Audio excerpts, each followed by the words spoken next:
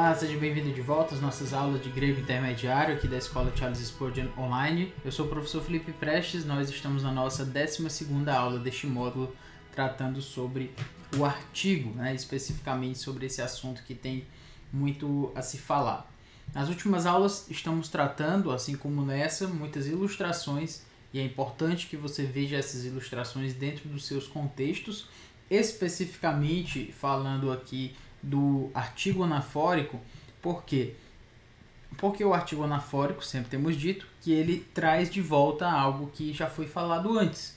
Obviamente, você só pode entender esse artigo se aquilo para o que ele está remetendo você já conhece de alguma forma. Então, por isso mesmo, nós vamos precisar ir para cada versículo para entender para onde esse versículo, para onde aquele artigo anafórico está apontando. Porque se não for assim, nós não vamos entender para exatamente o sentido desse artigo, ok? Então é importante que a gente faça dessa forma e você lembre que o mais importante em tudo isso que a gente tem feito aqui, até mais do que propriamente memorizar as qualificações, as funções de cada artigo, é entender exatamente as suas relações no texto, né? Ou seja, o que seriam essas relações que a gente precisa entender disso no texto? São vamos dizer assim, ao que ele se relaciona. Talvez você não saiba dizer que ele é um artigo chamado, então, assim, de anafórico, né? Talvez isso falte para a gente de alguma forma, mas talvez você saiba dizer que ele liga algo, vamos dizer assim, né? A alguma coisa. Ou melhor, liga algo a alguma coisa, ou melhor dizendo, alguma coisa que foi dita antes. Alguma coisa que foi dita antes. Pronto. Talvez você não saiba esse nome aqui, anafórico, lembrar dele, mas você saiba disso aqui. E isso aqui é mais importante até do que o termo. Por quê? Porque isso aqui indica uma relação, certo? A relação do artigo com aquilo para o que ele está apontando. E isso é muito mais importante. Por isso a gente tem sempre focalizado aqui. Nós passamos pelas categorias gramaticais, mas o que é mais importante aqui para você são as relações. E isso, obviamente, você só consegue obter a partir do texto. O seu contato textual com o seu Novo Testamento grego. E aí isso realmente vai ser muito mais fácil de você poder perceber essas relações. E sabe o que acaba acontecendo?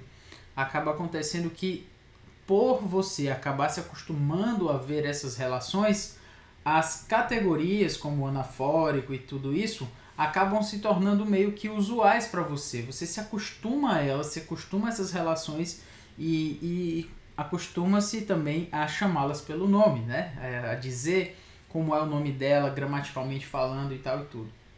Então, sempre tenho tocado nesse ponto aqui com você, porque eu quero que você entenda a relevância vamos dizer assim, dessa análise que nós temos feito aqui desses textos. Não só no quesito gramatical, falando assim nos termos aos quais eles se referem, mas a essas relações que você só pode perceber na prática mesmo do seu contato textual e tudo isso. Muito bem. Tendo colocado isso, vamos aqui para o nosso primeiro slide, em que a gente vai trabalhar o seguinte texto, o texto de Mateus, no capítulo 2, no versículo 7. Tote Herodes latra kalessas tus magos, ekribosen parauton ton chronon tu phenomeno asteros, melhor dizendo. Com isto, Herodes, tendo chamado secretamente os magos, inquiriu deles com precisão quanto ao tempo em que a estrela aparecera. Então, como você vê nesse texto aqui, a vontade que dá já de explicar tudo, né? Mas a gente quer traduzir para que você não simplesmente veja o texto do jeito que ele está aí, mas para que a gente passe passo a passo dentro da compreensão textual. Então vamos lá. Tote é uma forma de dizer assim, né? seria mais ou menos dizer com isto, como você tem aí. Então, na verdade é uma espécie de advérbio, né? Então aí com isto, naquele momento, seria mais ou menos essa ideia aí. Herodes, você consegue entender bem, está inclusive com um eta maiúsculo aqui, que tem esse jeitão de H, mas é um eta maiúsculo. Então, Toter, Herodes, e aí nós temos aqui Lathra. Lathra é a ideia aqui de secretamente, certo? E isso é bem interessante, né? Ele não queria se expor, então por isso secretamente Herodes, né? Herodes acaba chamando aqueles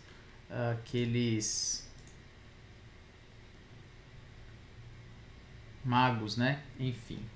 Então, tendo falado sobre isso, vamos lá então. Calessas, que é tendo chamado. Deixa-me ver alguns outros lugares em que essa palavra lathra acaba aparecendo. Vamos lá. Lathra.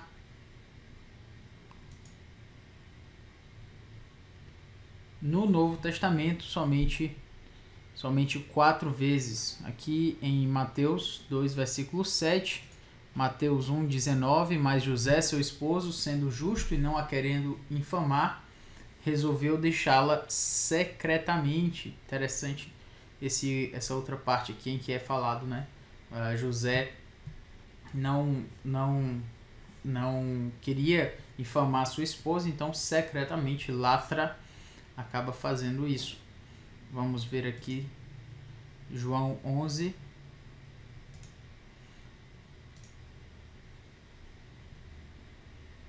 João 11, 28. Tendo dito isto, retirou-se e chamou Maria, sua irmã, e lhe disse em particular. Então, esse em particular é secretamente também. Aqui em Atos 16, 37. Não será assim Paulo, porém, lhes replicou: sem ter havido processo formal contra nós, nos açoitaram publicamente, nos recolheram ao cárcere, sendo nós cidadãos romanos, e querem agora as ocultas, né? Então, as ocultas também é uma forma de traduzir aqui o Lathra. Bem interessante esse texto, né? Essa forma, na verdade, que nós temos aqui dessa palavra, né? Lathra, um advérbio, certo? Tem uma só formatação, né? Não é um substantivo que pode ser trabalhado ali dentro das declinações. Então, Herodes chamando esses secretamente. E aí nós temos aqui, que é justamente o ponto que a gente quer salientar, os magos. Então, esses foram aqueles a quem Herodes chamou, né? Os magos. É importante lembrar, né? Exatamente o que eram esses magos aí. Eles poderiam ser homens sábios, né? Também são chamados assim, de como aqueles que olhavam as estrelas, os astrólogos, meio que cientistas daquela época, algo mais ou menos relacionado a isso. Ekribosen, ou seja, a ideia aqui do ekribosen é inquirir com precisão, certo? É essa ideia aqui que está querendo ser colocada, certo?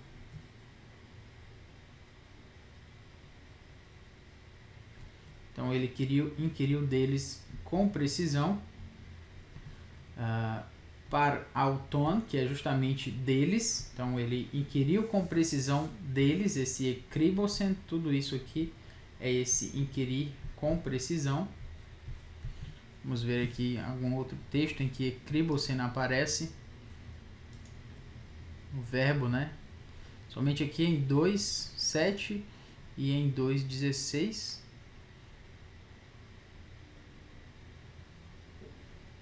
Então Herodes, vendo que tinha sido iludido pelos magos, irritou-se muito e mandou matar a todos os meninos que havia em Belém e em todos os seus contornos, de 2 anos para baixo, segundo o tempo que diligentemente inquirira dos magos, certo? Então, essa palavra aí, o verbo é akriboo,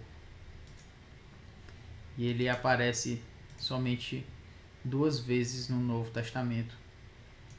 Exatamente isso. Muito bem. Então, ele inquiriu deles com precisão ton chronon, que é quanto ao tempo, de acordo com o tempo, né? O tempo em que a estrela apareceria, né? Então, o tempo tu fenomeno seria essa ideia de aparecer, né? O tempo em que haveria de aparecer, ou o tempo do aparecimento da estrela, certo? A palavra para estrela é aster, no caso aqui asteros está no genitivo, então a palavra inclusive de terceira declinação, então em que a estrela, asteros, aparecera, né? O aparecimento, mais ou menos essa ideia que está sendo colocada aí. Muito bem, então desculpe, na verdade não ton chronon, mas tus magos. Ele está chamando a atenção para esses magos aqui, os magos. Então, quem são esses magos? Por que eles estão sendo chamados aí no versículo 7 com um artigo, né? Tus. Por quê? Deve haver uma razão, e a razão está justamente no versículo 1, certo? Mateus capítulo 2, versículo 1. O que a gente vai ter? Tudo vamos lá. Tudo Jesu genethentos en Bethlehem tes Judaias en Hemerais Herodo tus Basileus e do magoi apo Anatolon paregenonto eis Jerusalema. Mateus 2, versículo 1. Tendo Jesus nascido em Belém da Judeia, em dias do rei Herodes, eis que vieram uns magos do Oriente a Jerusalém. Então você até já desconfiou aí. Vamos ler lá. Tudo certo? Ele está aqui marcando, né, na verdade, Yesu, né? Então, tendo Jesus, tendo ele, seria essa ideia, né? Rodé, tudé, um artigo aí com a função aí mais ou menos de sujeito. Então, genethentos, que é tendo nascido, genethentos, está aqui no particípio.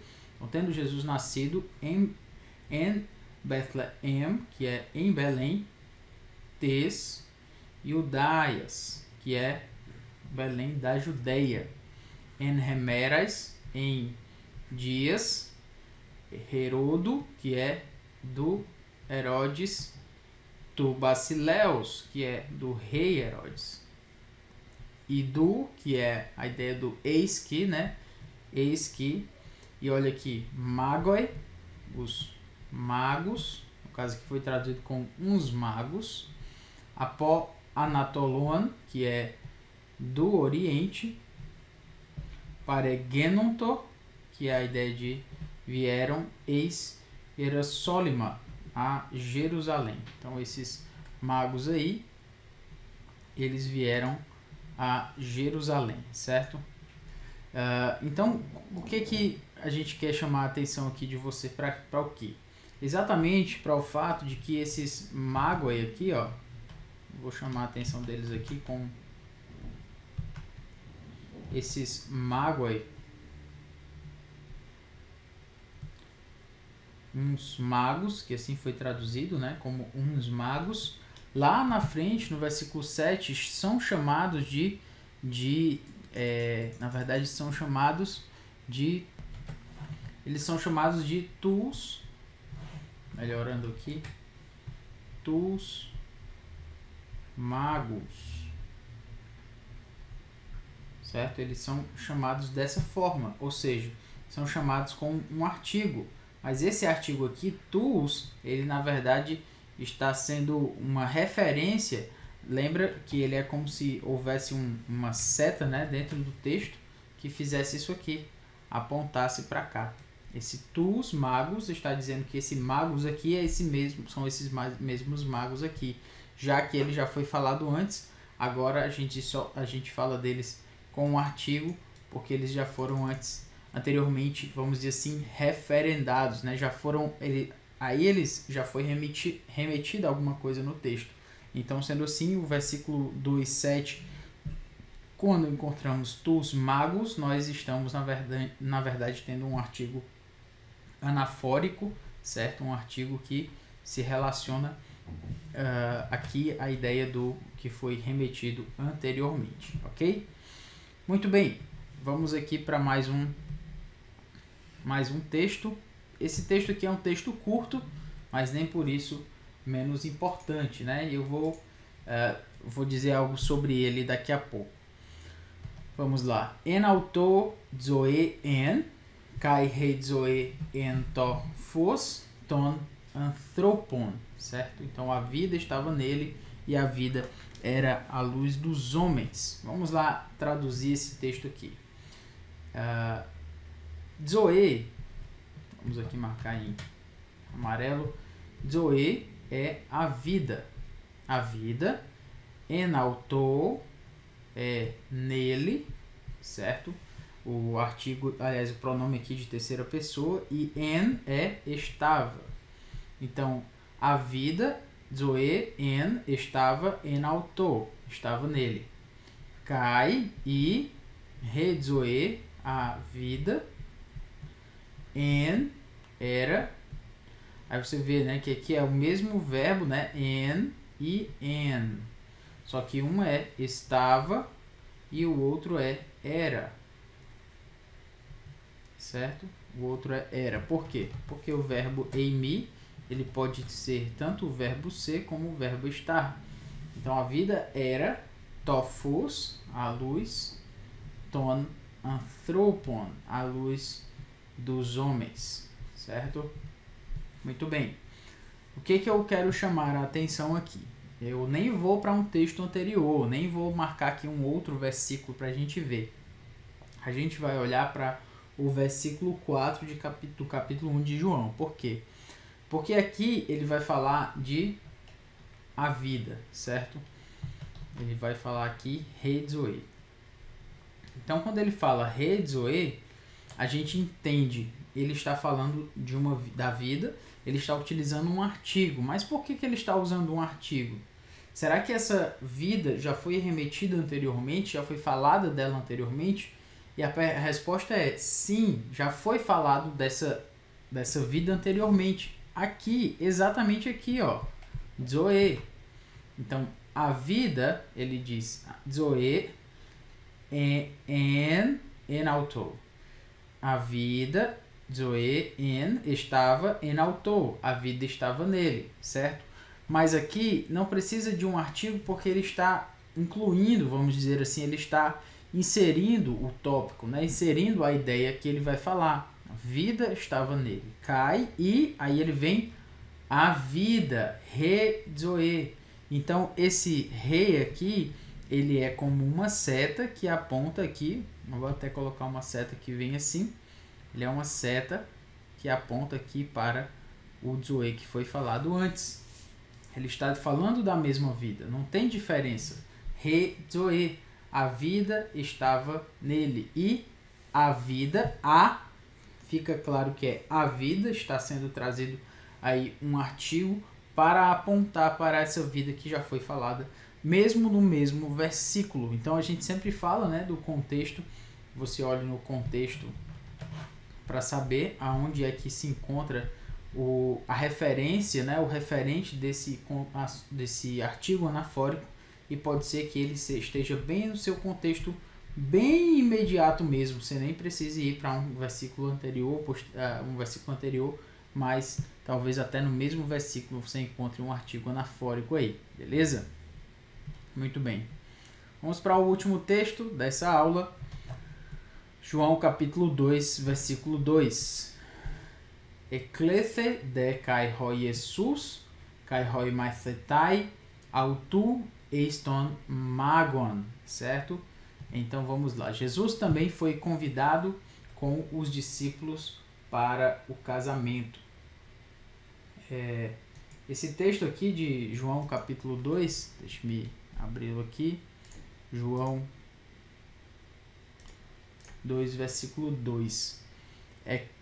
Vamos traduzir o primeiro, né? Ho Jesus, então Jesus, Kai, também, daí não necessariamente traduzido, Eklethei, foi convidado, foi chamado, Jesus também foi chamado, Kai, então pode ser e, né? Não necessariamente o também, ou também junto com, aqui foi traduzido com, então com, Hoi Mathetai, os seus discípulos, Hoi Mathetai autu, Hoi Mathetai autu, os seus discípulos.